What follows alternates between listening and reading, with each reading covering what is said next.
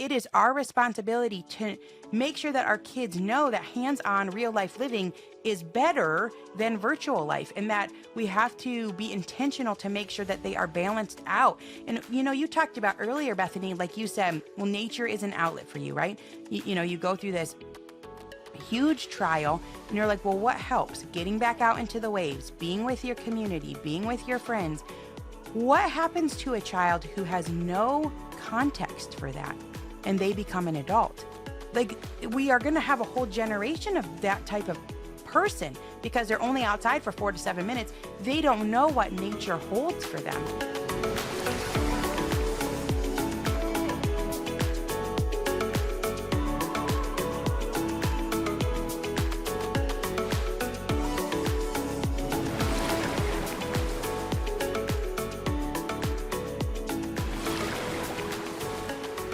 Heavenly Father, Lord, we're thankful that you have brought us together with Ginny, and we're thankful that we have this conversation. Pray that you bless it and encourages and touches people's hearts and minds to just hear what has to be said.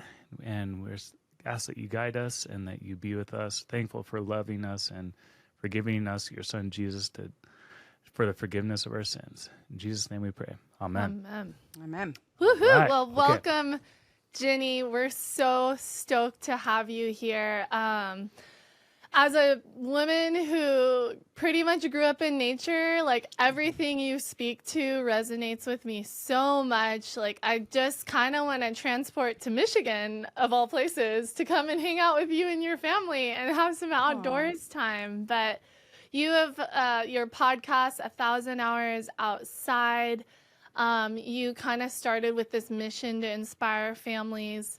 Well, I might be speaking into too much. I'll let you share your mission. And but welcome. We're so stoked to have you. Welcome, welcome. Yeah, tell us about yourself, please.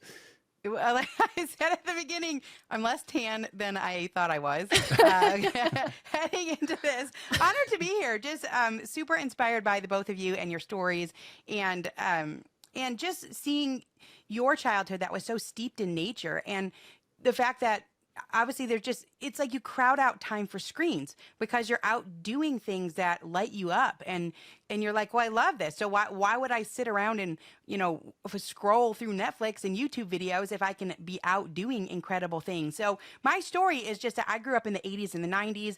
And so life was different then. Society was different then. I don't think it was on purpose, but it was structured in a way that protected childhood just by the very nature of the fact that there were less screens, there often was less homework, and there were less extracurriculars. So it wasn't this go, go, go rat race of childhood. And so there wasn't anything else to do, and you played outside. And because you played outside, other kids played outside because there's kids out there and there are things to do. Right. And then slowly, in the early 2000s and up until now, it's like, well, the screens took over, this rat race of childhood took over, and all of these extracurriculars, and you're trying to build your kid's college resume. By the time they're 2, there's a lot of pressure, which I totally relate to. So true. And you feel like, well, what am I going to do? How am I going to raise this kid? It feels almost irresponsible to do it like how it used to be done. What? They're just playing outside. So that was kind of the environment when we had kids. Was I guess I just didn't know what to do with them. Like, what am I supposed to do? And so I enrolled our kids in all of these different programs, and I hated it. I was just running ragged. I mean, who wants to take, their little kids to anything? I mean, right? Yeah, that's a lot. I mean, you have to have a ton of stuff. And, if it's a structured program, they don't want to be there anyway. You got to pay for it. They're fussing. Nobody likes it. It takes up 45 minutes of the day and you're exhausted. It's like, no, you just go to the ocean. Though, plus drive time. And prepping to get out the door time. So 45 plus, however long extra. Yeah, but that's not fun. The best thing to do is just go to the beach, right? Because then the kid, you just showed a picture before we started, right, Bethany? It's like your kid's in a wagon. I mean, those simple things, they really make a difference. So I was struggling as a young mom because I feel like I was fighting against the nature of the child. I didn't know. And I thought, well, gosh, of course I should be signing up for music, Mozart, and toddler tot thing, whatever, of course that's what I should be doing. But it was exhausting, and I was not enjoying that stage of life at all. And then I had a friend at MOPS who said, Charlotte Mason, I mean, this is so random. She goes, Charlotte Mason says kids should be outside for 4 to 6 hours a day whenever the weather is tolerable, which is a good caveat because, I know you talk about in Hawaii, it's like you can wear t-shirts year round. I'm like, in Michigan, Totally. it's not tolerable year round, but 4 to 6 hours a day. And I was like, well, that's ridiculous. Who does that? Who has time for that? But we tried it. We tried it back in 2011. It's been a long time. Went to the park from 9 in the morning till 1 in the afternoon with 3 little kids, thinking it was going to crash and burn. My friend had 3 little kids as well. And we didn't bring anything but food and a blanket. And lo and behold, guess what? The kids could play and they played with each other. And it was really the first good day I had as a mom. I'd not had a good day as a mom. I was like 3 years in thinking this is really running me ragged. I don't really enjoy it. And that's when I started to realize that when we take our kids outside, it does so much for them in every facet of their development. It's helping their cognition. It's helping their social skills. It's helping their physical health. It's helping their emotional health. It's helping their spiritual health for families that are interested in that. And then also it makes your life better as a parent. So we did that one day in nature in September of 2011 and didn't look back. I love That's it. amazing. And what do I say every time we get to the end of the day and I was like, that was a rough, awful day You say that you should have been outside more with the children. in nature? 100%. Yeah. And I don't think that was something that you intuitively That was just my knew. intuition. You I'm knew. like, I prefer to raise the children in nature. I'm a better Rather than mom. inside. They're better Yeah. children. Life is wonderful outside. Mhm. But, I feel like a lot of people are like, well, Bethany, you guys live in Hawaii. It's paradise. So easy. You did mention something that really struck a chord with me, kind of the feeling guilty for not signing up your children for all these activities that they can be doing so much. They could be learning piano at the age of 2. They could be going to these courses or classes that are expanding their minds artistically and whatever. There's all these pressures now. You said building their resume for their college career already, or even their surfing career or whatever extra sports curricular activities. Although surfing is different. Surfing is that is different. completely different. I wouldn't put it in the category of the rat race. Surfing is nature. It can get there, though. That It can some parents take get it to there. an extreme for I've sure. seen it. But surfing is nature. It challenges you in the most beautiful way. I think it builds resilient children. Children that are being challenged by the ocean and in that amazing environment that's also a little fear factor and adventure and but there's something to work towards at the same. I don't know. It's got a really cool dynamic. But I think there's something to it though, where we're kind of that last generation that grew up without having the influence of a screen in your hand. Mm-hmm. But now children are facing just this crutch to be raised by video games, tablets, the you endless name it. to-do list. I wanted you, Ginny, to go and explain because you kind of mentioned that. Was it the rat race? Was that the wording you used? Yeah. Can you dive into what is the rat race? Like, for people who just maybe aren't reading in between the lines, what's the rat race? Well, there's a lot of fear because especially today we're in this rapidly changing world. There used to be more of a prescription for life, which was, for a while it was you go to school, you graduate, you go to college, you get a job. Well, that's changed quite a bit. I mean, a lot of people don't get a job coming out of college, or they get a job that's not in their field, or then they get a job and they lose their job because of AI or because of some sort of shift in the global economy. And so I think there's a lot of fear that correlates with how do we prepare our kids. And so the college admission process has changed in the last 20 or 30 years too, where they're trying to be super selective because that bumps them up the rankings, and the rankings really matter. So they are sending out, a glut of college admissions type things so that they get 90,000 applicants, but they only choose 9,000. And so there's this fear that my kid's not going to make it. They're not going to get into this name brand school. In order to get in, they have to have this robust, they have to be able to write an essay. They have to have all of these experiences. They have to be unique. They have to have done National Honor Society and the president and the valedictorian and all of this. They had to have played sports, and they had to have done all of these things in order to get that prized position at this college, at this Ivy League place. But Leonard Sachs says, he calls it the middle class script. Like, this is the way. And I know, Bethany, you didn't do it. You lived your life differently. But this is sort of this pressure toward this middle class script. And Dr. Leonard Sachs says, it's false. It doesn't work. I mean, there's so many holes in it that's right. He says the problem with the middle class script is that it doesn't work.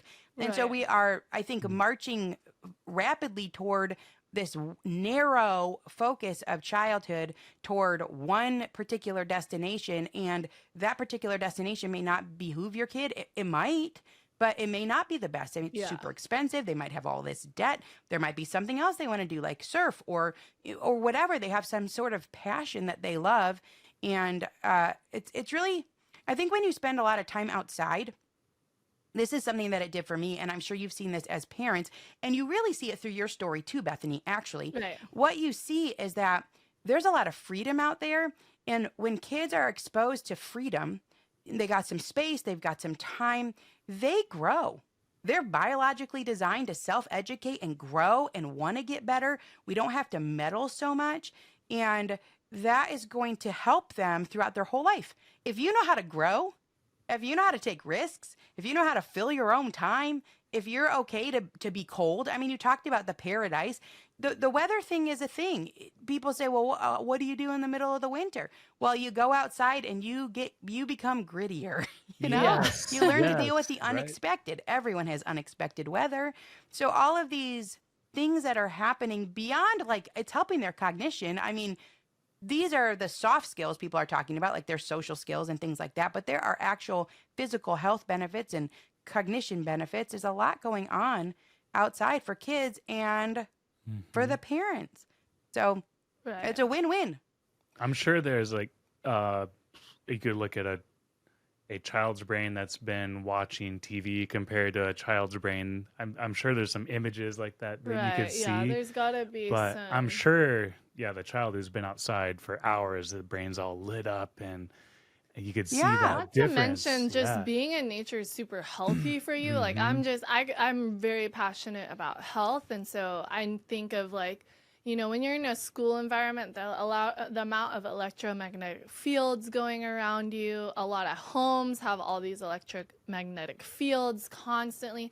And if you think this is a hoax, there's literally scientific information. That's getting a little too crazy. I know, but people need to hear it. They're ignoring facts. This is already facts. Like, if you see a bird fly by the 5G tower, like, it gets fried. Like, it's a fact. It's not even like whatever conspiracy or whatever. Fringe. You're getting a little fringy. I'm getting fringy here, but no. Yeah, it's just like nature, sunshine, having your eyes exposed to the light and the sunshine. This is what our body needs. And a lot of times in classroom setting, it's very suppressed. It's designed. There's not a lot of room for creativity. I'm like one of those humans that did half public school, half homeschool. So I experienced a bit of both. But as soon as I was out of elementary school, I was in nature, surfing, playing, building forts, adventure mode. Even in my young teen years, my parents let us free range. Like, we were jumping off the coast of the lava rocks into the ocean, picking shells in the water, swimming with turtles. And it was just... We very much had this independence, and I look at all my friends that I grew up with, fast forward now, they're all really creative. They all kind of design their own path, and it shows that adventure and that creative environment helped us all flow into our own passions, But I also, as you were talking earlier too, like, being exposed to like, oh, you're not always going to be comfortable outside. I talked to a mom in Wyoming and she's like, I don't care what the temperature is. My children are going outside for hours in the day. I could just see a lot of parents being like, well, you live in Hawaii. I want to hear Ginny's take on I mean, do you guys go out in the dead of winter? You're in Michigan, so Yeah, we it do. gets real harsh. I mean, this is it's a great conversation topic. And also, you talked about that there are other challenging nature things where you live. You got your arm bitten off by a shark. So there's challenging parts of nature no matter where you live. You know, you say the ocean is challenging. So the snow is challenging. Extreme heat is challenging. Huge storms are challenging. There's a book called There's No Such Thing as Bad Weather by Linda McGurk, and she grew up in Sweden. And she says there, nobody talks about the weather at all. She's like, they just go outside, they change their clothes. And it really helped change my perspective on it. Each season offers something different. It offers something different than the other seasons don't. So in Michigan, when it snows, there's no bugs. And that's pretty incredible. And you can go sledding. I mean, that is, I know you talked about in one of your books, Bethany, about like the first time you saw snow. Snow is magical. And you can build stuff with it. It is an open-ended canvas. You lug this sled up, you know, this hill, and then you ride down and you ride down again and you bring hot chocolate. And things changed for me because obviously it is kind of uncomfortable, but I would be posting pictures of our snow fun. We freeze things, you know, you make things out of ice and you Right. build these igloos. And then people started to say, oh, I wish I lived there. Yeah. And that changed my perspective. You know, it's about how Yeah. you look at it. And God, I think, provides these different seasons as a way to engage children, as a way to learn spiritual lessons, as a way to enjoy different things. And if you hike in the middle of the winter, you can see so much farther because all the leaves are down.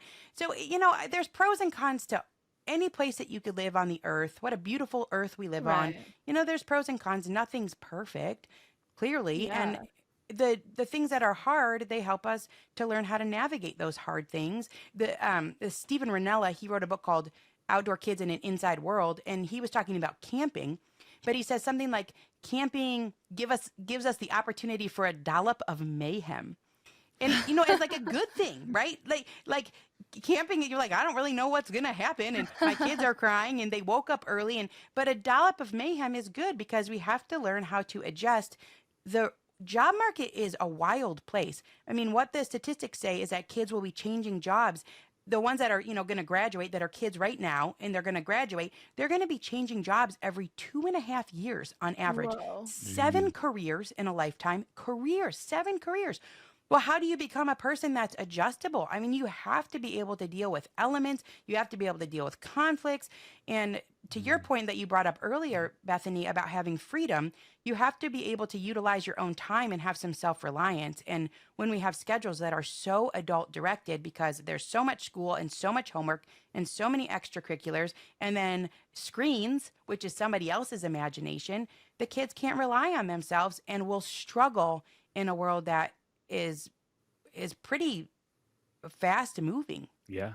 Yeah, that's profound. You mentioned parents. Is it important for parents to get outside as well, not just children? Yeah, well, sure. I mean, you mentioned the full spectrum sunlight, right? Yeah. I think, you know, you brought up something really interesting earlier, Adam. Like you were saying, okay, we're the last generation. This is the last generation that didn't have AI, that didn't have phones in their pockets as kids.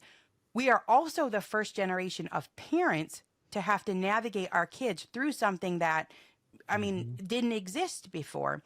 And so we're in this spot where it's a little trickier in some ways than it used to be. My neighbor across the street, the mom, when I was growing up, we lived in this subdivision. She would kick her kids out all summer. She'd lock the door. They had 4 kids. She locked the door. They couldn't, and they played around in the neighborhood. And I used to think, well, what is she doing in there? And when I became a mom, I kind of got jealous because I was like, well, that seems ideal. Like, wouldn't it be great? But no one's out playing in the neighborhood anymore. The whole thing has changed. And so as a parent, I have to facilitate a lot of that. I've got to call friends. I've got to coordinate. We got to find places to go. And I'm involved. But what I realized is that I really need it too. Because to your point, Bethany, about the EMFs, about the fluorescent lights, we're all dealing with this onslaught of technology. And so I think we all need the healing benefits of nature, both kids and parents. So what turned out to be something that felt like a pain has really been a blessing. There is this quote in a book called Simplicity Parenting by Kim John Payne. And he says that when we rescue our kids' childhoods, that we inevitably, remarkably, day by day, rescue ourselves in return. And so I think there's a a piece of self-rescue here. Like the parents really need it.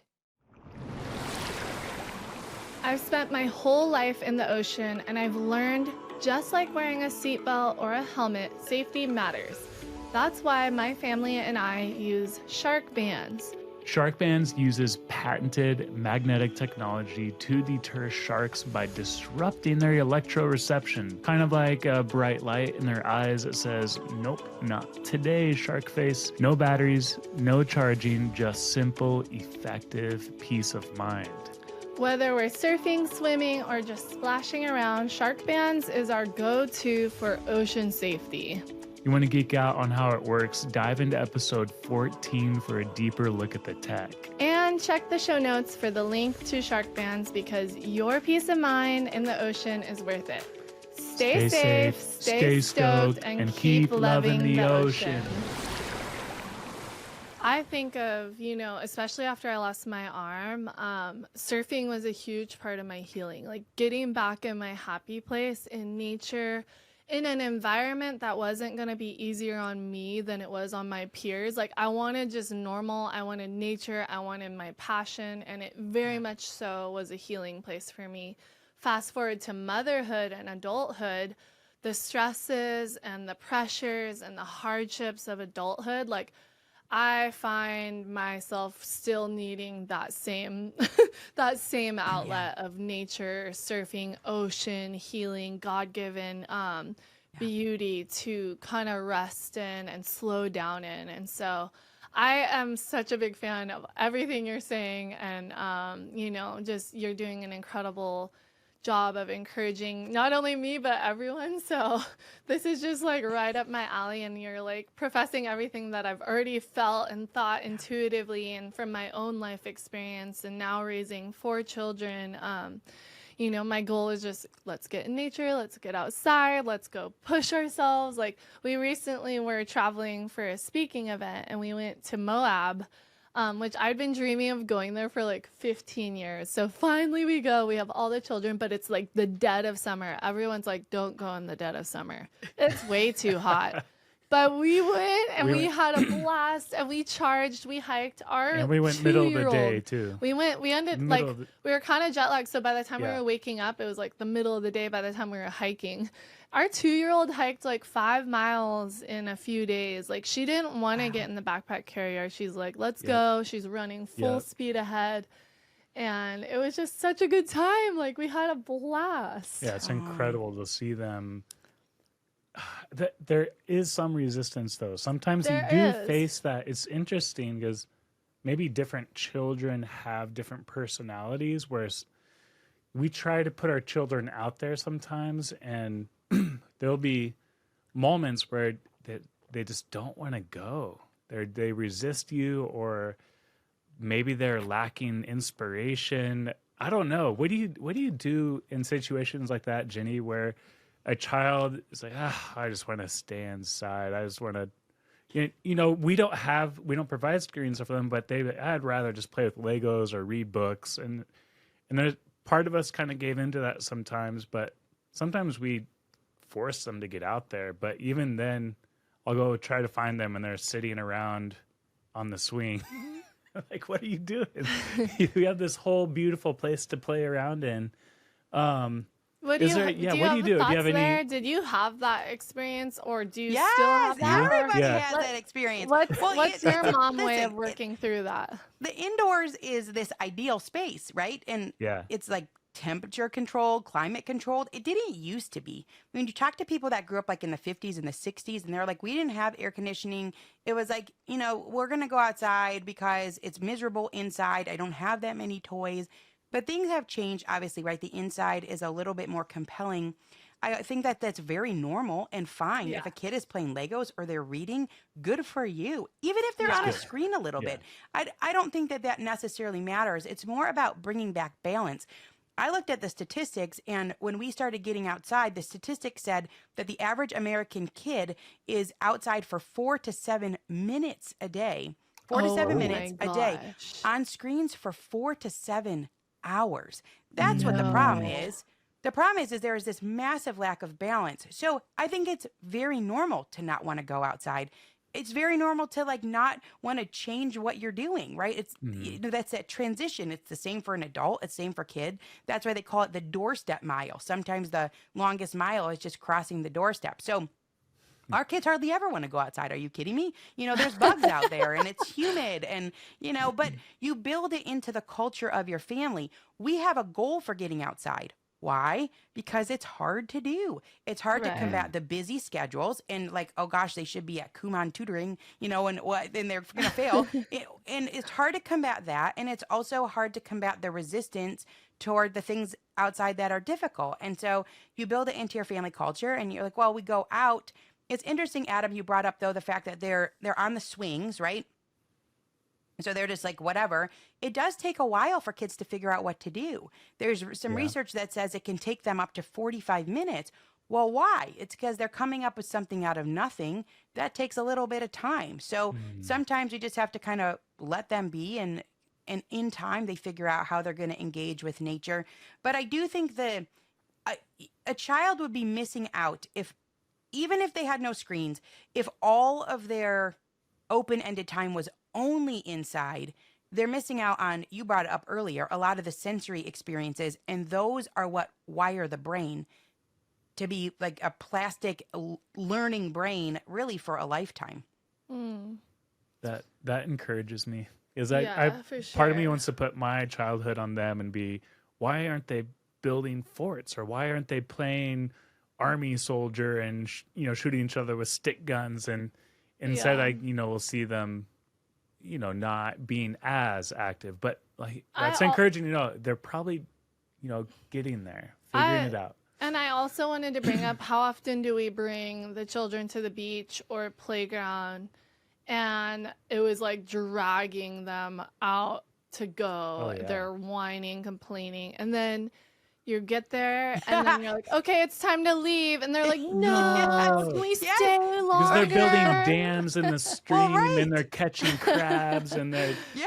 You're like, what in the world? I always try to remember that in those wine moments. I'm like, in these wine moments, remember those moments when they're begging to stay longer.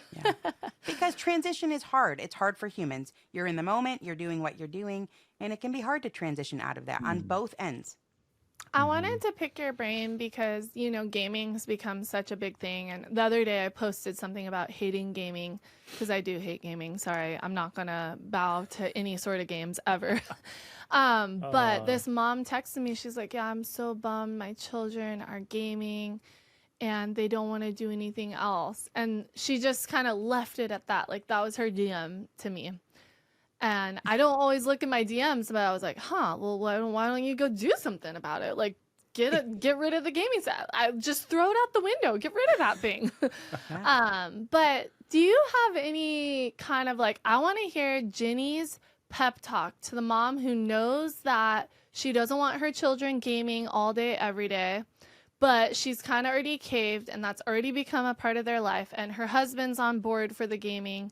Like, how do you balance that? What would you say to that mom who's like, inside she knows this is not what she wants to do, but she's doing it, and she's but wants to take the next step, but she's right? like, what are you going to say to that mom whose gaming's become a huge part of their life? And when they start young, once they hit teenagers, that mom's going to have an uphill battle of telling her children. And it's going to become way more conflictual because the teenager now has a mind of their own and will push back till the ends of the earth.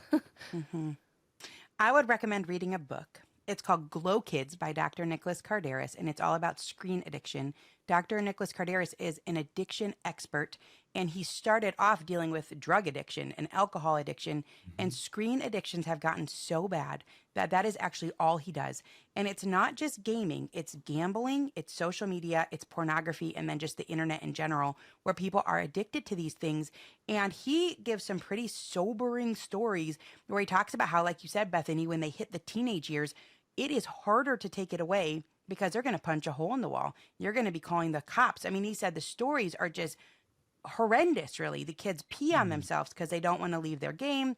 They don't know what's real. They don't know what's not real. He says about 10% of the population is susceptible to gaming addiction. So this is my thought. in parenting and in life, we can make changes. And you can sit down with a child and say, you know what? I got those video games because this. I thought it would make you happy. I thought it would help you with your friendships. I didn't know any better. But then I read this book, and here's what I learned. I learned that these screen games are made to be addictive, and they're made to skyrocket your blood pressure to 180 over 120 within 3 minutes. And if it doesn't do it, the manufacturers go back to the drawing board. I learned this. And so as your parent, this is what we're going to do moving forward. And I think that does a lot of things. I think it communicates care. I think it also models to a child, look, in life we go the wrong direction sometimes, often because we don't know better. And we have to be humble enough and brave enough to make a change. And I think that goes a long way. Our parents bought us a Nintendo for Christmas when we were kids, and they sold it within 2 weeks. Gone. We were like devastated, right? Well, why? Because we were fighting about it all the time, and I'm sure my mom was having the control. Totally. My midwife says this, though. She says, you have to think long term. She says, someday our kids are going to come to us and say, why didn't you have more limits? Why you've allowed my childhood to be flushed down the toilet in front of all of these screens. And it is on our shoulders. It's a tall order, but it is our responsibility to make sure that our kids know that hands-on real life living is better than virtual life, and that we have to be intentional to make sure that they are balanced out. And, you talked about earlier, Bethany, like you said, well, nature is an outlet for you, right? You go through this huge trial and you're like, well, what helps? Getting back out into the waves, being with your community, being with your friends. What happens to a child who has no context for that and they become an adult? Like, we are going to have a whole generation of that type of person because they're only outside for 4 to 7 minutes. They don't know what nature holds for them. And so it's incumbent upon the parent to make sure that the child is aware and has experienced it, fully experienced. Like, when I go outside, I feel better. When I spend time with friends, I feel better. When I do these hands-on things, they say that when you work with your hands, your brain releases dopamine. So it's not scrolling, but it's baking your bread, and it's, cutting up your vegetables, and it's digging in the sand, that it's in your garden. Those things actually make you feel better. And kids have to have experiences during childhood of those things so that they can carry that through to adulthood. So if you are in a situation where you want to make a change, do it. Your kid is worth it. Your family life is worth it. You can always make a change. And that's a good thing. What does it communicate to kids? We don't know everything. And sometimes we learn things and we alter. I think that every screen, whatever screens you have in your home, should absolutely be limited. Do it like they did in the 90s, where, like, without cable. And there was only a little bit of TV, and you could watch a movie every once in a while, and that's it. Bound it in. And that will go a long way. Oh, yeah. I love it. I like Thank it. you for that. And that book inspiring. was Glow Glow Kids. Kid. It's a life-changing one. Yeah. I want to go listen to it. I've read a few books on that topic and those things, so I'm pretty firm, but I can read another one, so I'm putting that on the list. Yeah. Anything else? No, I think it's important to talk about too, just the influence of media when we're allowing this into our families' lives, and as parents, as Christian parents, we want to protect our children. We want to raise our children with intentionality. And when we're allowing these other screens, these other influences and people into their lives, we're giving that responsibility ultimately to them. And I think it's important that we as parents take a stand on that and making sure that we're raising strong, faith-centered families that are going to be shaped by character that we're sharing, that's shaped by the Bible. And ultimately, nature all points to Christ. Why not be out there and see what God has created and the beautiful creation? But there's also, I like how you said the elements of, it's gnarly out there too. you get to see kind of the brokenness as well, with the danger, you get stung by a bee, you get tagged by a centipede or something like that, that you're facing these hardships that are going to help shape you, getting scrapes, bumps, bruises. Yeah. It's all part of the process of becoming who God has called you to be. and we can't just tune that out. Yeah. Yeah. Well, I would love to even, I think we're kind of wrapping up here, but I would love to hear how you raise your children as far as like in their faith and what that looks like in your family's environment. Well, I love that Adam brought up the fact that nature points to God. And I grew up going to this Baptist church, and I loved it. I learned scripture there. My grandma was my Sunday school teacher. And I just remember from a really young time loving the Bible, from a really young age, loving the Bible. And I remember reading as a kid where it talks about, you should teach your kids when you stand up and lie down and walk by the way. And I remember thinking that kind of sounded boring, like, what am I supposed to do when I'm a parent? Just constantly talk about God, And then when we started spending time outside, I really began to see that we serve a hands-on God. It says he knit us together in our mother's womb. And all of these spiritual principles are mirrored. There's a mirror of them in nature. So you talk about seeds and soil, you talk about all of these different farming type things, but even just like the baking bread, about gossip. And there's so much there that I know there's like, in Hawaii, there's a ton of chickens everywhere, right? Yeah, There's totally. chickens. So, there's verses about that he will cover you with his wings, and, the little chicks go up underneath. And in our home, we actually have a really interesting story. We've had a hard road with church. We were at a church where the youth pastor was a pedophile, and we had bad experiences with him and sent in some letters of concern and actually got kicked out of the church for sending in letters of concern. So our kids have had some really deep church hurt that happened within the last year. And so we're really working through that.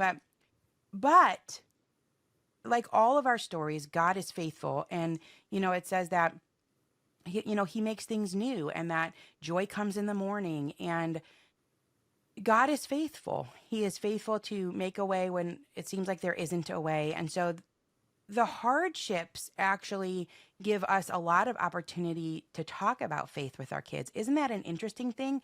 You would almost hope that your kids have no bumps throughout their childhood. Like, oh, wouldn't it be great if we could just make it perfect for them? And here they are, like, crying over lost relationships and being misunderstood. And why isn't anybody standing up for me?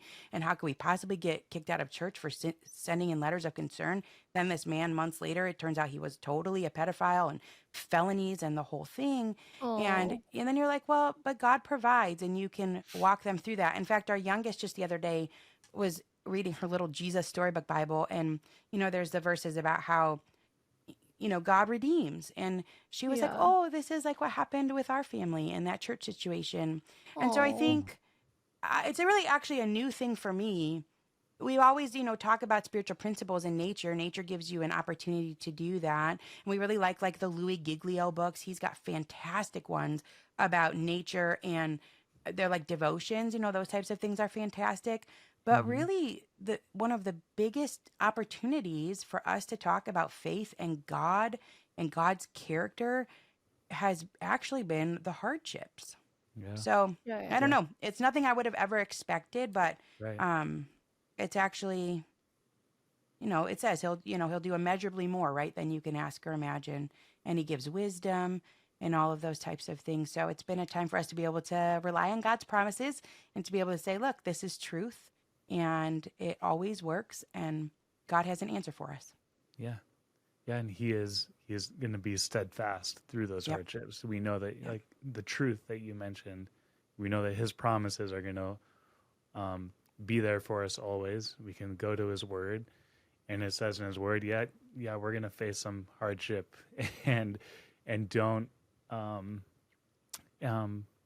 temptation might be to question or to push away the Lord. Why would you allow this to happen? Yeah. This awful situation with the church. And good on you for standing up though in advance when you knew something was off. Like I just feel like too many people are like, oh, be passive about different things that even if you have an inkling, like mothers have a unique inkling that we need to pay attention to, and to not ignore those along the way. And don't just think like, oh, I'm just being overly paranoid or overly protective, but usually those inklings, when paid attention to, are there for a reason, and we need to act upon them. So Yeah.